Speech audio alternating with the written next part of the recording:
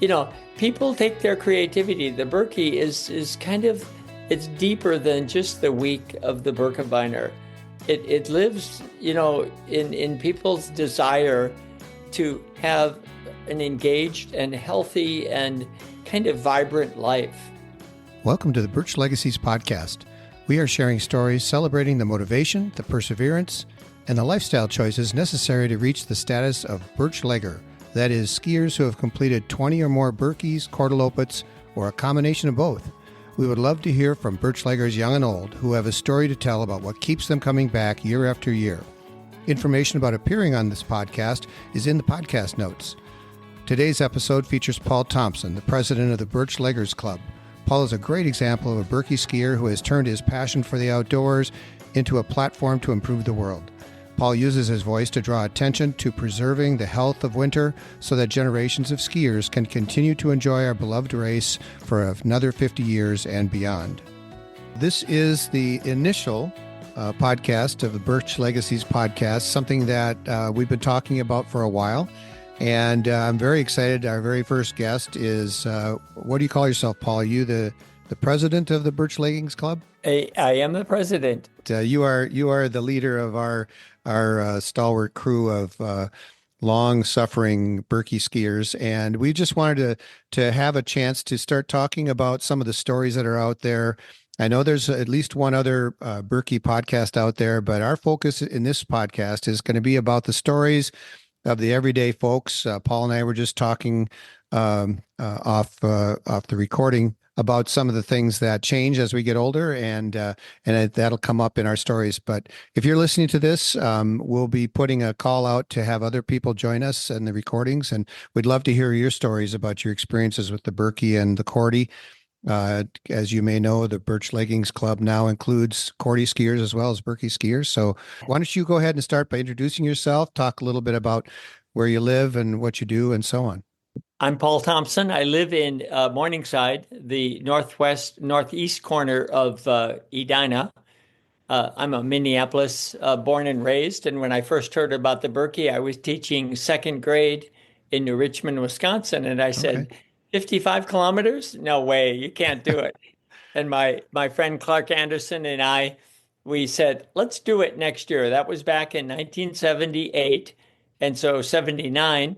I was one of the lucky people to climb Valhalla Hill and come screaming down the downhill and getting in line behind thousands of people to go very slowly, through the first areas. So after skiing 43 Birkies, I'm ready to step down to a Korteloppet this year, and I'm very excited about this year and watching the growth of Mount Telemark Village and everything that Ben Popp and the ABS board have done, to build the Birkie to where it is. And of course, my concern is the health of winter and the future of winter as we move ahead towards an unknown future. Yeah, we'll definitely get into that. I didn't know this about you, Paul, but we have very parallel tracks on our Birkie history. I did my first Birkie in 79. And I was a teacher not too far away from you in Turtle Lake, Wisconsin. So that was my first year teaching. So that's cool. Good to hear. So let's see. What has been your career? I mean, I think we want to just kind of flesh out a little bit about the backgrounds of the people that have skied a lot of Birkies. And I know they come from all walks of life. Sounds like you were a teacher. I grew up as a hockey player. Okay. I played hockey for Washburn High School and Gustavus Adolphus. And at the end of my college career, it was Vietnam or the Peace Corps. And I made a very good choice to enter the Peace Corps and become a biology health science teacher on the island of Borneo. Oh, neat. And spent 5 years right out of college learning about our planet and that's our cool. cultures and our different peoples, and traveled the world and got to see the things that I had read about in National Geographic. And then came back to get a real job and become a teacher and, work at first in Wisconsin and then in Minneapolis school system. And skiing was something that hockey coaches said, don't go skiing, you might get hurt. Yeah. And I'm kind of like in hockey after ripping open my upper lip and separating both shoulders my senior years. I think I can find a safer way to enjoy winter. Uh, Yeah, that's so cool. so skiing came later for me. Uh, but once I did the Birkie, I thought, this is something I want to keep doing. So here we are, 4.5 decades later. Isn't that something? We have this crew of graying Birkebeiner skiers that want to tell our story Yeah, and yeah. celebrate the fact that we grew up with winter as part of our DNA, and now we're seeing winter kind of shifting course.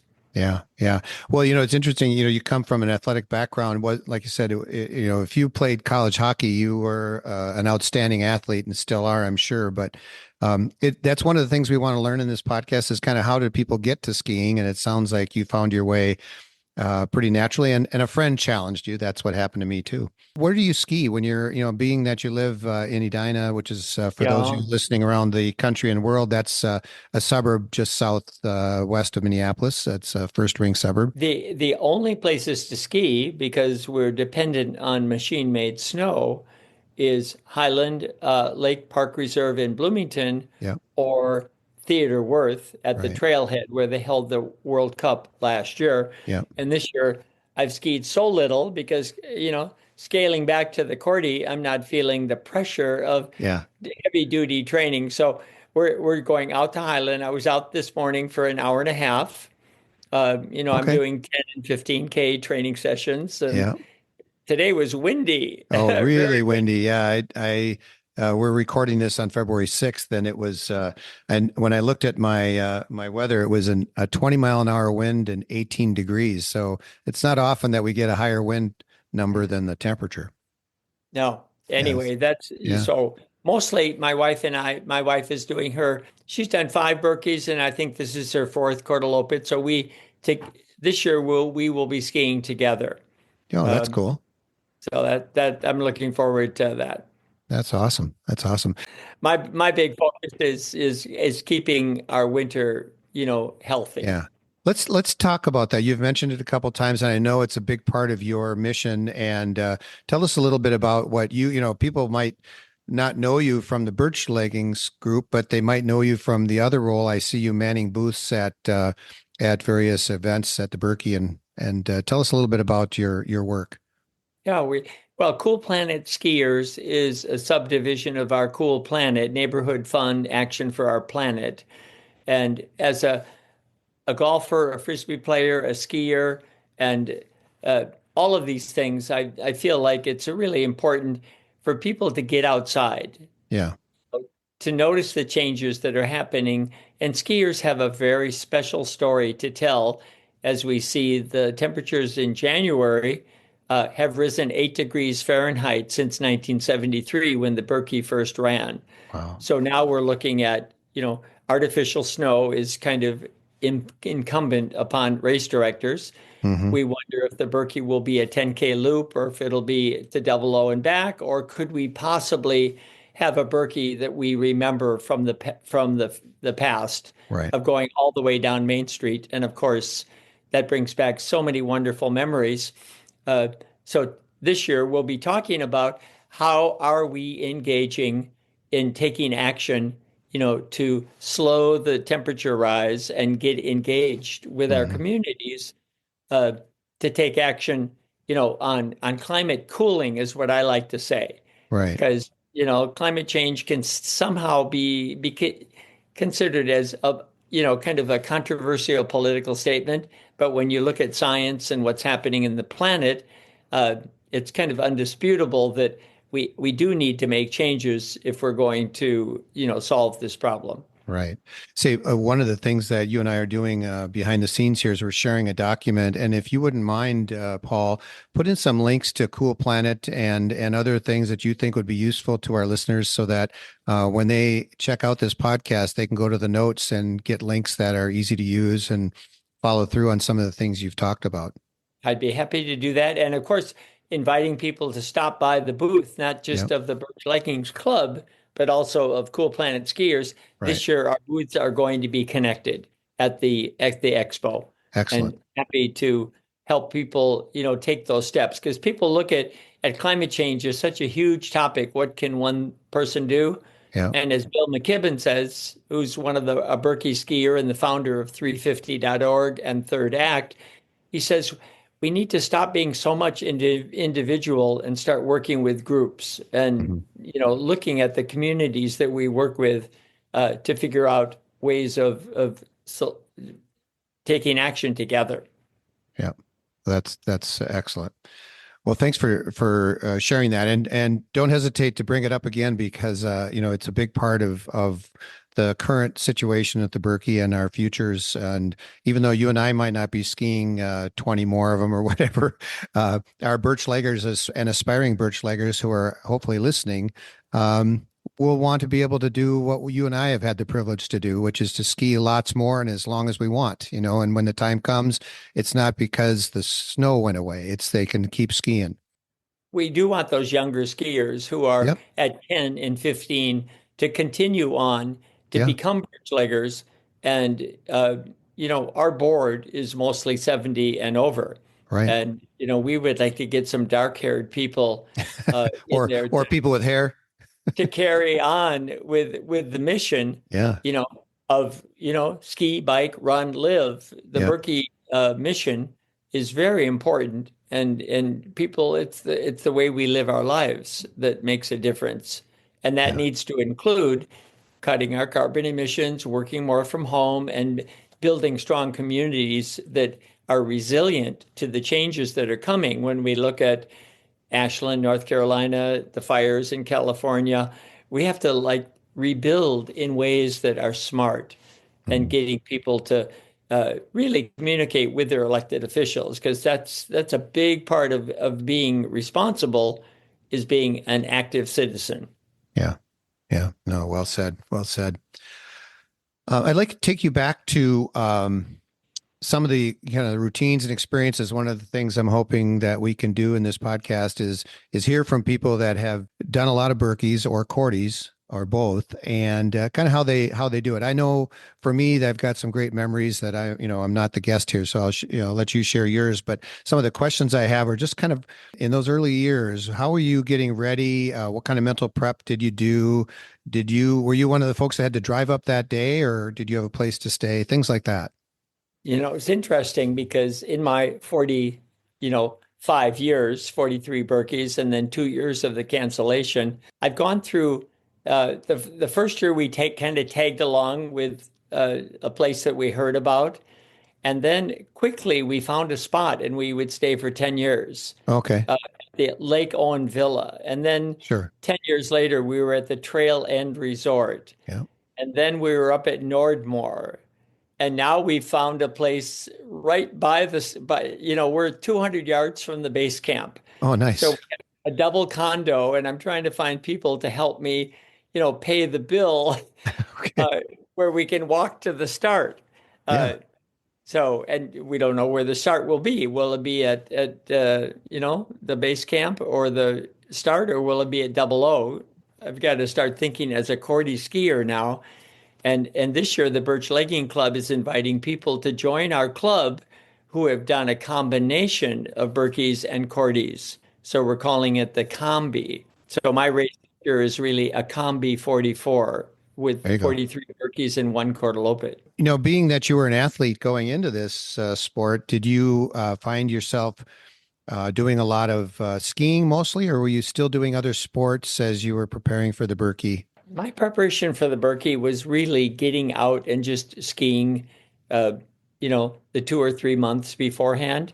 I've never been I was wave three for a while. I was under 4 hours once Hmm.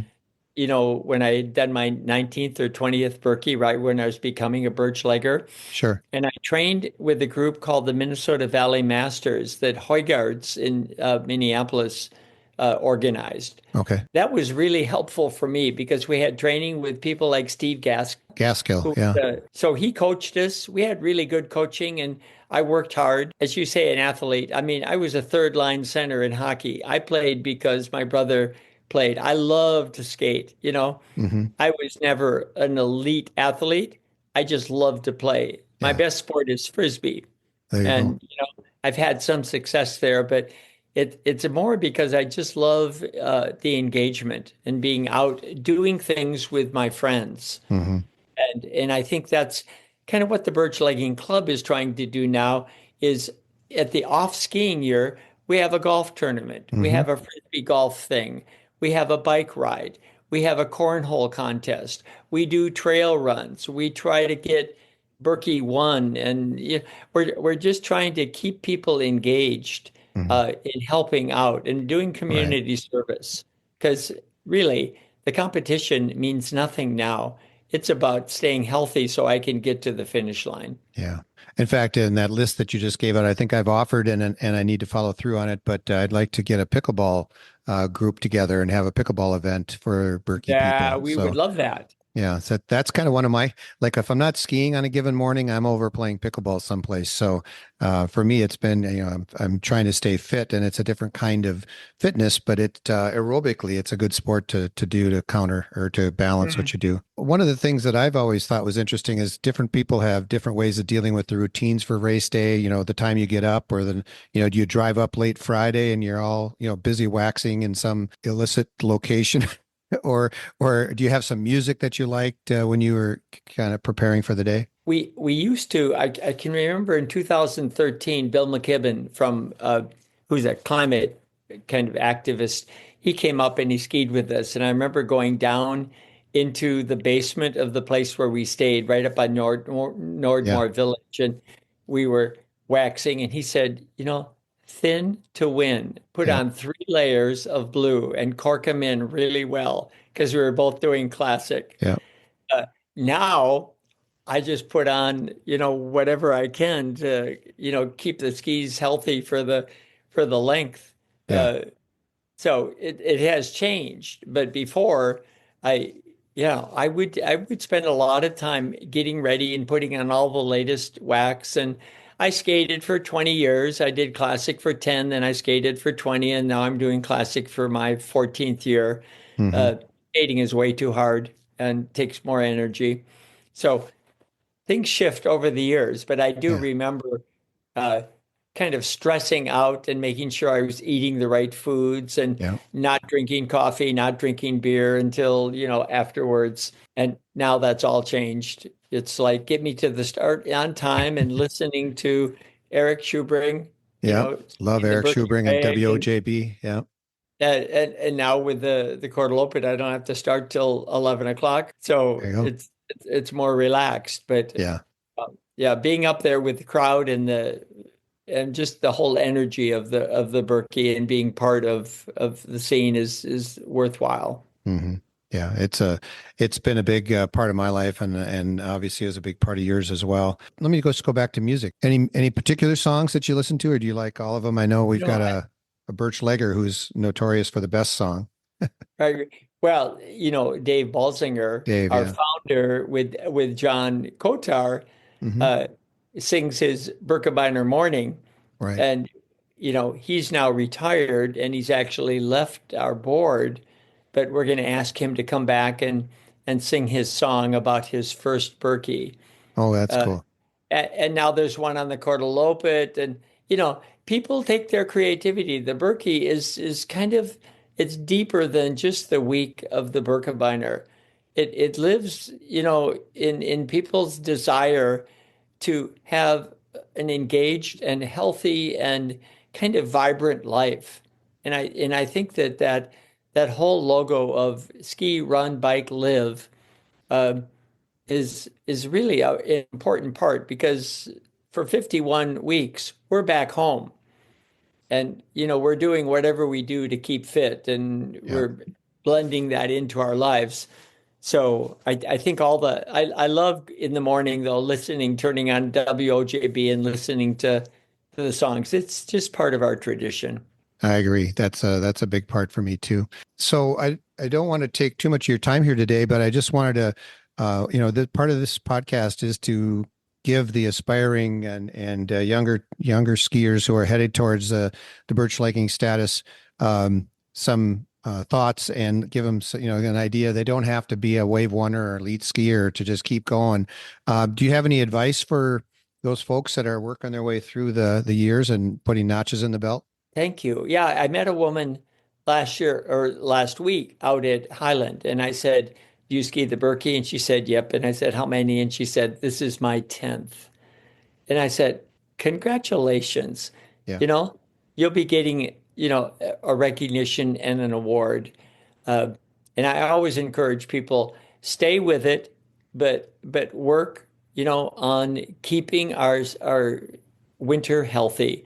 And hmm that means connecting with your community, finding ways that we can reduce our energy output as we continue to do what we love. And that's a big ask because, going up to the Birkie Trail, it takes a lot of energy. it does. And we need to find ways of doing it in a more sustainable manner. And I know that Ben and the ABSF, they want to embrace the Birkie Green.